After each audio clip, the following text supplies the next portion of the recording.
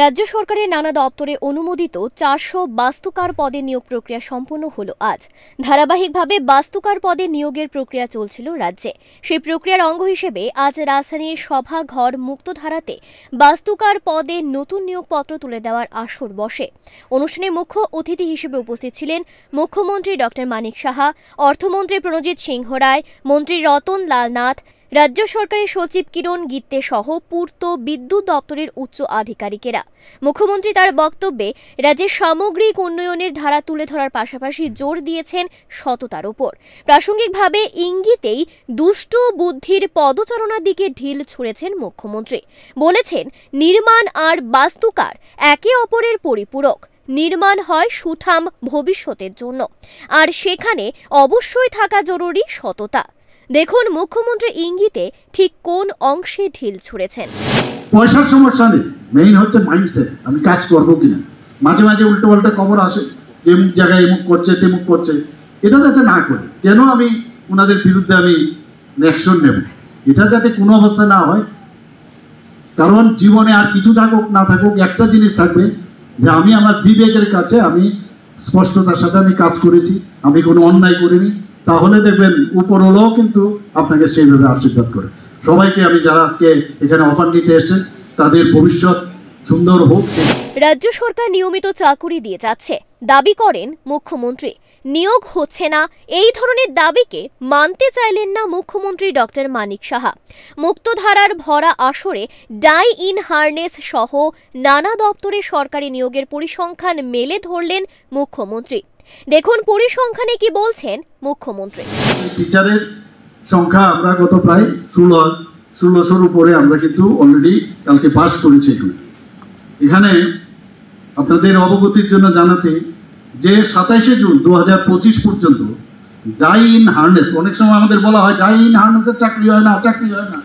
এর জন্য এবার ঠিক করেছি যেখানে যাব কত চাকরি দিলাম, ডাই ইন হারনেসের চাকরিটাও শুনিয়ে দিই। মোট 19,484 জন আমরা 27শে জুন 25 পর্যন্ত আমরা দিয়েছি।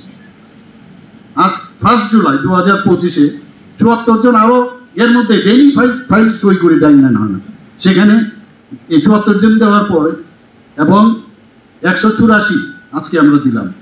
সেই দেওয়ার পরে এই ডাইন হারনেস সহ কত হলো 19,742 জন আমাদের সরকার আসার পর এখন পর্যন্ত আমরা নিয়মিত চাকরি দিয়েছি। মাত্র এই 7 বছর আমরা এই চাকরিটা দিয়েছি। আজকে যদি আমরা কন্ট্রাকচুয়াল ধরি, আমরা যদি আউটসোর্সিং ধরি, প্রায় 7 থেকে 8,000 চাকরি এর মধ্যে হচ্ছে। রাজ্যের বেকারদের চাকুরি হচ্ছে না, বহিরাগতদের চাকুরি দিচ্ছে রাজ্য সরকার, এমনই অভিযোগ উঠে আসছে নানা মহল থেকে। বিরোধীদের সেই অভিযোগ ফুৎকারে উড়িয়ে দিয়েছেন মুখ্যমন্ত্রী ডক্টর মানিক সাহা। বিরোধীরা সরকারের অগ্রগতিকে রুখার চক্রান্তে লিপ্ত। মুক্তধারার মুক্ত মঞ্চে দাঁড়িয়ে এমনই অভিযোগ আনলেন মুখ্যমন্ত্রী।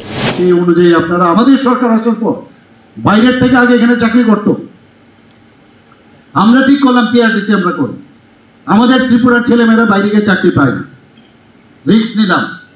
আমরা আমাদের মন্ত্রিসভার সবার সাথে কথা বললাম, পিআরটিসি আমরা করলাম।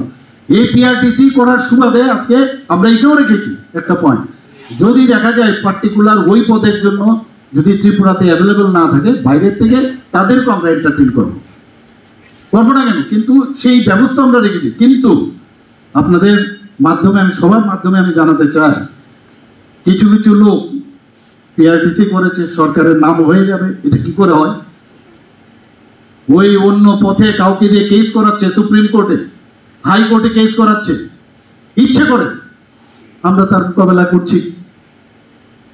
মোকাবেলা করছি, কিন্তু এইভাবে একটা সরকারকে একটা মানে সুস্থতার মাধ্যমে একটা সরকার চলতে চাইছে, তাকে কিভাবে হুক করে পেছনে আটকানো যায় সেই মানসিকতা, কারণ তাদের মানসিকতা সবসময় এরকম ছিল, বুঝতে পারছে না কি করবো। এখন তারা সবাই কি করবো বিভিন্ন, একজন আরেকজনের পরিপূরক হয়ে গেছে। এখন তুমি এটা বলবে, আমি এটা বলবো, তুমি ওই জায়গা দিয়ে ওইটা একটু ছেড়ে দেবে হোয়াটসঅ্যাপে, এটা কনফিউশন থাকুক।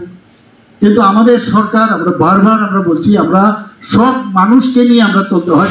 রাজধানী শহর আগরতলার অন্যতম প্রেক্ষাগৃহ মুক্তধারায় বসা নিয়োগপত্র বিলির অনুষ্ঠানে Tripura engineering services, mechanical, electrical সহ সিভিল ইঞ্জিনিয়ারিং এই 3 স্তরে নিয়োগপত্র বিলি বন্টন করা হয়। মুখ্যমন্ত্রী সহ অন্যান্য উপস্থিত মন্ত্রী মনোনীত নিয়োগ প্রার্থীদের হাতে চাকুরির লিখিত নিয়োগপত্র তুলে দেন। মুখ্যমন্ত্রী এদিন সদ্য নিয়োগ পাওয়া বাস্তুকারদের উদ্দেশ্যে সততার সঙ্গে সমস্ত সরকারি দায়িত্ব প্রতিপালনের আহ্বান জানিয়েছেন। বলে দিয়েছেন, যোগ্যতা আর সততার সঠিক মিশ্রণে মানুষের কল্যাণে সরকারি উদ্যোগকে বাস্তবায়িত করতে হবে। আধুনিক ত্রিপুরা গড়ার ক্ষেত্রে বাস্তুকাররা হচ্ছেন অন্যতম সেনানী, সেই কথাও কানে তুলে দিয়েছেন মুখ্যমন্ত্রী। নতুন কর্মক্ষেত্রে যোগ দিতে চলা চাকুরি প্রাপকরা মুখ্যমন্ত্রী দেখানো মার্গদর্শন কতটা বাস্তবিক অর্থে প্রয়োগ করেন তার দিকে রাজ্যবাসীর অবশ্যই লক্ষ্য থাকবে। কারণ সংকটের বাজারে সততা ধরে রাখার মানসিকতা যে এখন চলে এসেছে ক্ষয়িষ্ণুতার অতলে। Bureau report, Times 24 network. জুড়ে থাকে বাঁধন আপনার চেয়েও আপন, জুড়ে থাকে বাঁধন আপনার চেয়েও আপন,